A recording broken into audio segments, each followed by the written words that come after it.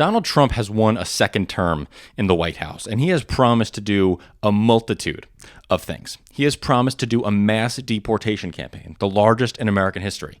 He promises to build camps across the country to work as staging areas for all of these deportations. He promised to put 10 to 20% tariffs on all imported goods, 60% tariffs on all Chinese goods. He promised to extend the Tax Cuts and Jobs Act for even those at the highest end of the income spectrum and cut the corporate tax rate from 28% down to 15%. He also promised to repeal multiple aspects of the Inflation Reduction Act and pull back a lot of climate regulation that Joe Biden passed. Do you think that he is truly going to do any or all of this? God, I'm worried that I already forgot some of what you said. I definitely don't think he's going to do all of it. It's hard. We're talking in probabilities here. Yes. We're playing a guessing game. I think the thing that is okay, repealing Joe Biden's Inflation Reduction Act, that is going to require Congress. Yes. I expect like the executive branch is still the one that doles out that money. Yeah. So where that money goes becomes more suspect. But I think it's going to be very hard for him to repeal Biden's legislation. I think it's very likely that the tariffs are actually thrown out as a negotiating tactic. Mm-hmm. Specifically, the 10% one across the board. I think that there are, especially economically, that there are actually people that are going to be around him that will be able to work him enough to be like, this isn't actually good. Like great negotiating tactic, great idea to throw it out there. Yeah. Let's call up these countries and tell them like, oh, this is absolutely going to happen, but let's not actually think about doing that. Yeah. The deportation is where I get worried. Mm-hmm. Me too. Because this is where we're talking about very classic fascism, and to maintain and if you have immigration and this vilification of illegal immigrants as the core driving factor for your base and for your mandate of power, you are going to need to show progress on that front. Mm-hmm. What I think is fortunate is it's going to be more helpful for them to not immediately solve this problem. It's also going to be really politically harmful if they do round them up in camps to try to get them together to deport them. So weirdly, if they have like an effectively bad person, they're going to try to do this in a way that doesn't disrupt other people's lives. As much as as scared as I am about how fascist this government really could be, the pervasiveness of our media environment here actually might be pretty helpful. The fact that we're going to have a camera in everyone's pocket that's going to be able to take videos of all of the tragedies that a Trump administration could cause. That can go viral like that. And I think back to the first Trump administration here when he did this family separation, and there was a whistleblower inside of ICE that recorded a child crying after being, held away from her dad and everything. And it was a room of children crying, but one girl specifically was out, very vocal in that video, tearing up and bawling, screaming for her father.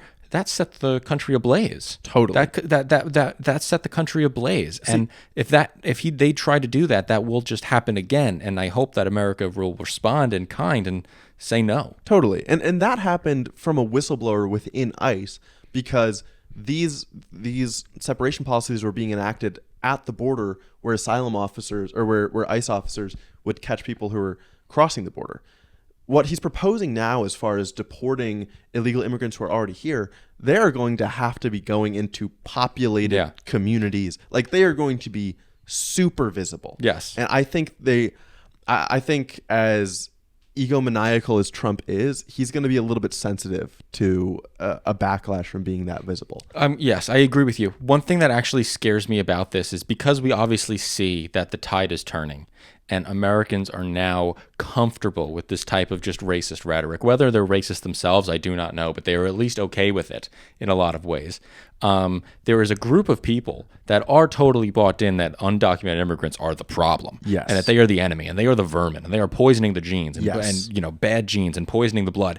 And what I'm scared of is a Trump government that is able to very, very effectively mobilize its citizenry to help them speed up the process of identifying the undocumented immigrants. That is a really valid fear. That is very scary for me because it would cost a lot of money to Oh my have ICE God. agents running around the country, grounding up brown people and putting them in camps. That costs a lot of money. We're talking tens of billions of dollars. It would make it a lot cheaper if they just set up a hotline Yeah. and let you call the number Yeah. and tell them where they live. That would make it a lot easier for the Trump administration to do what they plan on doing.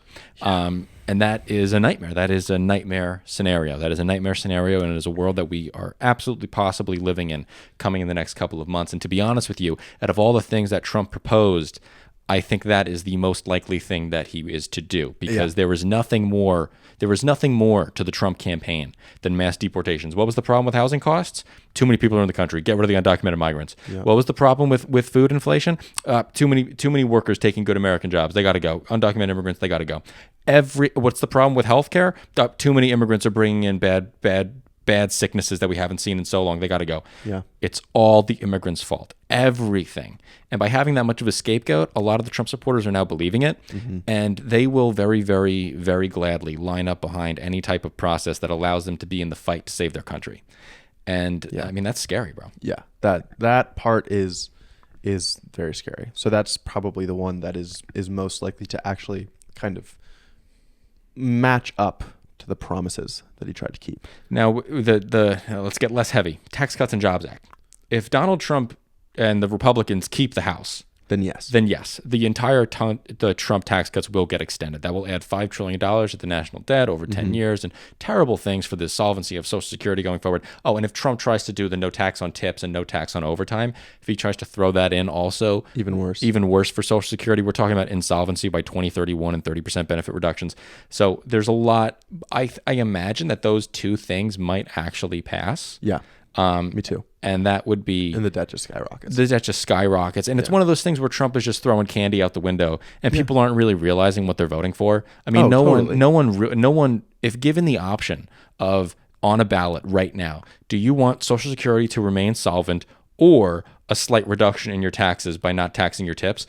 I guarantee you a very healthy plurality at least would say, no, I think I'd rather just keep Social Security. Yeah. Well, what percentage of those voters are going to understand what solvent means?